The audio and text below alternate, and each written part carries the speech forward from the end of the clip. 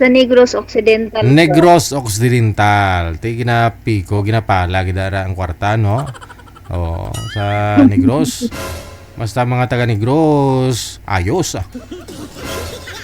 Ano po ma'am? Ano may serbisyo ko sa imo subong nga gabi? Ah, Eh, o.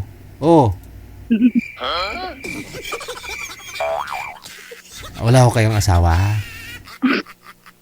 wala po. Ay, wala. Bakit? Wala. Ay, hiwalay na. Oo. Ilang taon na po si Ma'am Stephanie? Ha? Pila na edad mo? 27. 20, 20, hello? 26? 57. 57. Bali, 56 going to 56. Ah, okay. Sige. So, ano pong pinagkakabalahan niyo po, ma'am? Ano pong trabaho ninyo? All around beautician po. Ah, all around beautician. Pag sinabi niyo yung beautician, all around, mula ulo hanggang paa. Oo. Opo. Wow. So, kahit kuko, hanggang dulo ng kuko. Oo, sa kibol, sa dapa-dapa. Sa anit at saka sa buhok. Ganun. Okay. Hiwalay po kayo sa asawa, ma'am, no? Opo. Bakit? Runaway bride po kasi ako. Bakit hindi mo nagustuhan? Oo, hindi ko po nagustuhan. Kasi Yo. hindi ko naman po siya, boyfriend. At saka hindi naman po ikaw, bali, pinilit lang ako nun. Nang magulang mo? Hindi. Bali, siya po ang nagpilit sa akin. Bali, kung baga, ni-rape po ako. Excuse me. Natulog ako. Tulog ka? Pinasok? Pinasok. Pumasok siya sa kwarto. Oo, tapos, pagkatapos nun, pinilit na akong Magpakasal. Ano nalaman po ng mga pamilya ang parents mo? huli na lang po. So, Mm. nagbunga po. Bali, Nagbunga po yung ginawa ninyo. Ginawa niya sa'yo. hindi naman po. Wala kaming anak. So hanggang ngayon wala po talaga kayong anak? May isa, wala? Wala kaming anak. Hindi kami nagsama kahit isang gabi. Pagkatapos, hiwalay ka agad. Bali sa loob ng ng seremonya, nung nag-kiss the bride na, kumbaga, Tumakbo ka? nag-run away. Teka lang ho. Di ba nung gabi na yon na ginawa niya po yun sa'yo, pinasok, pumasok siya sa kwarto, tapos ginawa niya po yun, tapos napilitan ka ho, pinilit ka rin na po ng pamilya mo na magpakasal sa kanya. Hindi, wala po yung pamilya ko kasi nag-iisa lang ako na na mumuhay. Ba, ilo ka na gali? Wala ka pamilya? Wala ka nanay tatay? Meron naman po, kaso lang malayo ako sa kanila. Namuhay ako sa isa. Nung time na yun, ilang taon na po ba kayo? Bali 27. 37? 27. 27. Saan po kayo that time? 27. Ha? Saan pong lugar kayo that time? Sa Iloilo po. So bali, Nag-open ako ng isang branch na salon doon.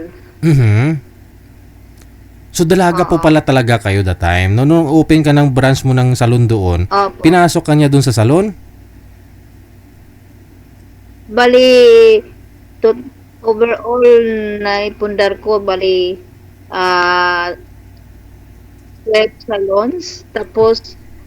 Tapos lahat, sa iba-ibang lugar. Tapos, bali, sa ngayon po, dahil nung batibit nga, unti-unti po naisarado.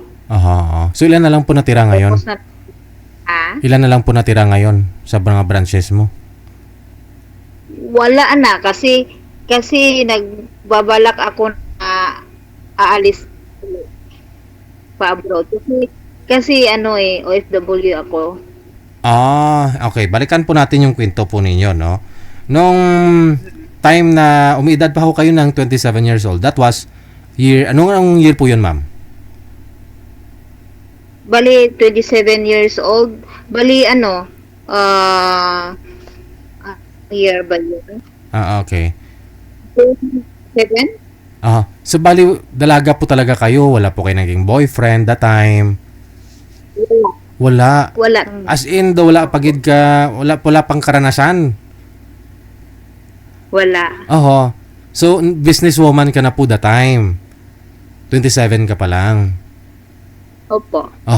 So, nag-open ka po ng branch mo doon sa Iloilo. Ang nangyari, may tao pong nagkakagusto sa'yo. Pinasok ka niyo doon sa sa office mo, sa salon mo, ano po? Hindi, kasi yung asawa ko, bali, relative ko rin yun. Oy? Pareho kami ng apelyido. Kaya, one day, bumisita siya doon. Tapos, natuwa nga ako dahil kahit papano, meron akong relative na nakabisita doon sa akin. Tapos, dahil nga sa malayo ang lugar namin, one way lang sa isang araw, yung biyahe. So, napilitan siya, doon muna matulog. Sa salon? Sa akin. Opo. Tapos, kasi stay-in ako Tapos, lang naman kasi wala namang Malaysia. Tapos, relative ko lang naman. Kaya, doon na siya. Sabi ko, kinabukasan ka na lang umuwi. Sabi niya, oo nga, dahil nga, pinaliwanag ko sa kanya. Tapos, nagkataon na sobrang lagnat ko pa naman noon.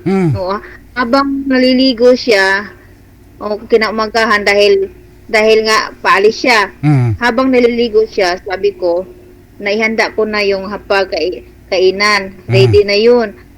Bali, inaantay ko na lang matapos siya maligo. Sabi ko, dahil nga masama yung pakiramdam ko, bali, kung matapos kong maligo, dahil nandyan na yung pagkain na kahain, kakain tayo sabay. Sabi ko, pero habang naliligo ka, muna ako kasi sobrang taas ang lagnat ko noon. Sabi ko, gisingin mo na lang ako kasi para may kasama ka, sumabay ka sumabay sa pagkain. Sabi niya okay. Sabi ko kahit 10 minutes lang matutulog lang ako para babawi ako ng lakas ba. Tapos ewan ko sa kanya na nagising na lang ako. Yun, ginawa niya ako. Ano ba naman, sama pa naman ang pakiramdam ko, tapos cute pa naman ako. So, walang nagawa yung persa ko. Yun. Nagawa niya yung hindi dapat gagawin. Ganon. Okay. So, after po nun, ano nangyari? Nagsumbong ka o ano? Pinagalitan mo? Nag-away kayo? Ano po? At that time, nalaman ng mayor namin doon kasi sa Iloilo at that time, bali parang kumbaga inampun ako ng mag-asawang mayor doon Okay. Tinuri nila akong anak. Okay. Tapos sinumbong ko. Tapos syempre galit na galit yun. Dahil nga naawa sa akin, sinumbong ko. So, bali, after po nung ginawa niya nun sa'yo, hindi na siya bumalik sa Negros? Umalis na siya. Umalis na. Umuwi na talaga, iniwan ka. Siyempre, iyak-iyak ka nun, no? Alright, okay. Sige. Pero nagbanta ito sa akin. Na? Sa kanya ako. Kaya nangyari yung kasalan. Okay. So, hindi rin po siya nagtago hindi rin po tumakas na para takasan niya yung ginawa sa'yo. Pumayag na rin siya na pakasalan ka. Hindi, pinilit niya talaga ako kasi na kung ayaw ko daw na magpakasal, Oh. may mas siyang gagawin sa mga po doon. Tapos ganito, ganyan. Kumbaga grave threat ang ginawa niya. Opo, oo. Hindi sana ako magpakasal. Sinumbong ko sa mayor. Hmm. Tapos sabi ng mayor, kasi sinumbong ko talaga, sabi nila, ano na lang mangyari, magpakasal ka na lang kasi mangyari magira, sabi ng ganun ba, may dugo daw na dadanas. Sabi ko, hindi na lang ako magpakasal, babalik na lang ako sa ibang bansa kasi OFW na nga ako. Ganun nga. So nagpakasal po kayo. Pero nag-run away ka nung mag-kiss the bride na. Opo. Mismong sa loob na po kayo ng simbahan. Tapos na po ang misa. Sa judge lang yung kasal. Sa kasi judge? biglaan. Okay. Ayaw ko talagang sa simbahan dahil kung ang gagawin ko. Aha. So ba't mo hinintay pa na ano po kayo, ma-seremonyahan ng judge after pa saka ka tumakas? Hindi, kasi nga sa banta niya na binantaan niya ako ng masama. Aha. Kailangan talagang magpakasal ako. Tapos sabi ko sa sarili ko, ang mangyari nito. Hindi niyo po naisip na kunyari magpakasal ka sa kanya pero padampot mo na lang siya sa pulis, kasuhan mo siya. Hindi niyo naisip yun? Itatakas ka lang din naman kasi.